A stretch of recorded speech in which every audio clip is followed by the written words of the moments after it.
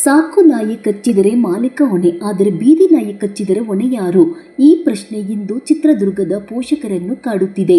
ನಗರದ ಬೀದಿ ನಾಯಿಗಳ ಹಾವಳಿಗೆ 4 ಮಕ್ಕಳು ಬಲಿಯಾಗಿದ್ದು, 2 ಮಕ್ಕಳು ಗಂಭೀರವಾಗಿ ಗಾಯಗೊಂಡಿದ್ದಾರೆ. ಮಕ್ಕಳ ಕಣ್ಣೀರಿಗೆ ಯಾರು ಹೊಣೆ ಎಂದು ನಗರಸಭೆ ಅಧಿಕಾರಿಗಳ ವಿರುದ್ಧ ಪೋಷಕರು ಆಕ್ರೋಶ ಹೊರಹಾಕಿದ್ದಾರೆ. ಇದು ಚಿತ್ರದುರ್ಗ ನಗರದ ಆತಂಕಕಾರಿ ದೃಶ್ಯ. ಮಕ್ಕಳು ಎಂದಿನಂತೆ ಮನೆಯ ಸಮೀಪ ಆಟವಾಡುತ್ತಿದ್ದರು.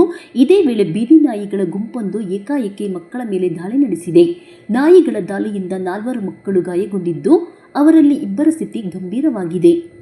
ಸಾಕು ನಾಯಿ ಕಚ್ಚಿದರೆ ಮಾಲೀಕನ ವಿರುದ್ಧ ಕ್ರಮ, ಆದರೆ ಬೀದಿ ನಾಯಿ ಕಚ್ಚಿದರೆ ಹೊಣೆ ಯಾರದು ಎಂದು ಪೋಷಕರು ಪ್ರಶ್ನಿಸುತ್ತಿದ್ದಾರೆ. ಸರ್ಕಾರ ನೀಡುವ 5,000 ರೂಪಾಯಿ ಪರಿಹಾರ ಚಿಕಿತ್ಸೆ ವೆಚ್ಚಕ್ಕೂ ಸಾಲುವುದಿಲ್ಲ. ಮಕ್ಕಳ ಜೀವದ ಬೆಲೆ ಕೇವಲ 5,000 ರೂಪಾಯಿನಾ ಎಂದು ಸಾರ್ವಜನಿಕರು ಪ್ರಶ್ನಿಸುತ್ತಿದ್ದಾರೆ.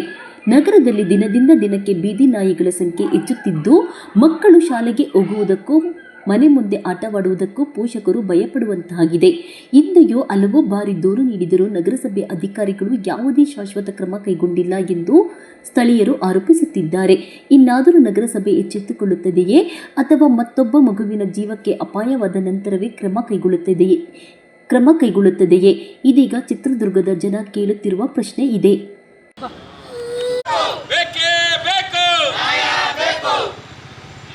ಪರಿಹಾರ ಕೊಡಲೇಬೇಕು,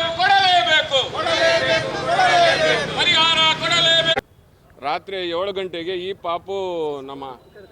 ಪಾಪು ಐತಲ್ಲ, ಮದ್ರಸೆಗೆ ಹೋಗಿ ಬರ್ತಾಯಿದ್ದೆ. ಆಗ ಏನಾಗಿದೆ ಅಂತೇಳಿದರೆ ನಾಯಿಗಳು ದಾಳಿ ಮಾಡಿದ್ದಾರೆ. ಇದು ನಾಯಿಗಳು ಸಾಕಷ್ಟು ಮಕ್ಕಳಿಗೆ ನಾಯಿ ದಾಳಿ ಮಾಡಿದ್ದಾರೆ. ಈ ಪಾಪುಗೆಲ್ಲ ದಾಳಿ ಮಾಡಿದ್ದಾರೆ. ಒಂದು 4-5 ಮಕ್ಕಳಿಗೆ ದಾಳಿ ಮಾಡಿದ್ದಾರೆ. ಆದರೆ ನಾನು ಕೇಳ್ತಾ ಇದ್ದೀನಿ ಇವರಿಗೆ, ನಮ್ಮ ನಗರಸಭೆಯವರಿಗೆ, ನೀವು ಏನು ಮಾಡ್ತಾ ಇದ್ದೀರಾ ಅಂತೇಳಿ. ಮೊನ್ನೆ ಒಂದು ಪೇಪರ್ನಾಗ ಆಡ್ ನೋಡಿದೆ, ಇದು ಸಾಕುವ ನಾಯಿ ಕಚ್ಚಿದ್ರೆ ಅದು ಯಾರು ಸಾಕಿರ್ತಾರೆ ಅವ್ರ ಹೊಣೆ ಅಂತೇಳಿ.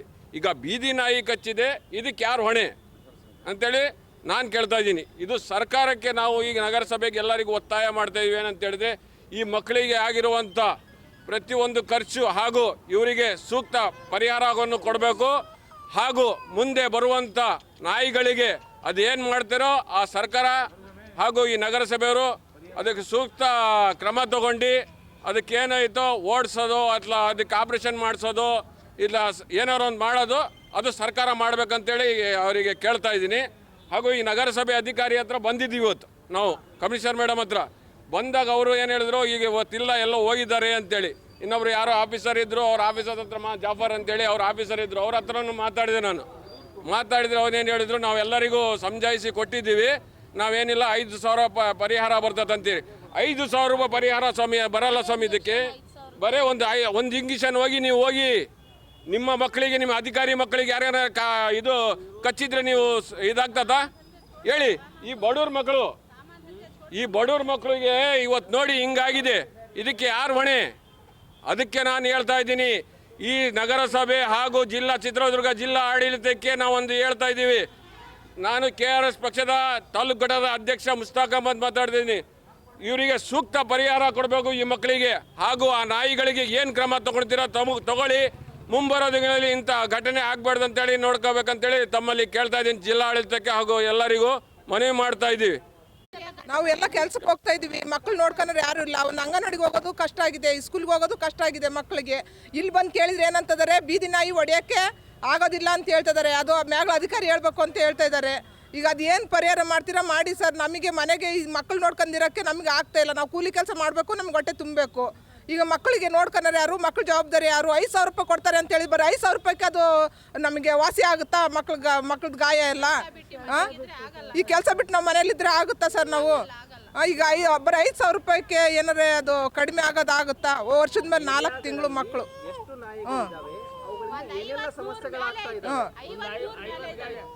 ಒಂದು ಈಗ ಏರಿಯಾದಾಗ ನಾಯಿ ಸರ್ 1,000 ನಾಯಿನೂ ಹೆಚ್ಚು ಕಡಿಮೆ ಇದೆ ಸರ್. ಈಗ ನಾಯಿ ಹಿಡಿಯೋದಿಲ್ಲ ಅಂತ ಹೇಳಿ ಜಾಫರ್ ಸಾಬ್ರು ಹೇಳ್ತಾ ಇದ್ದಾರೆ.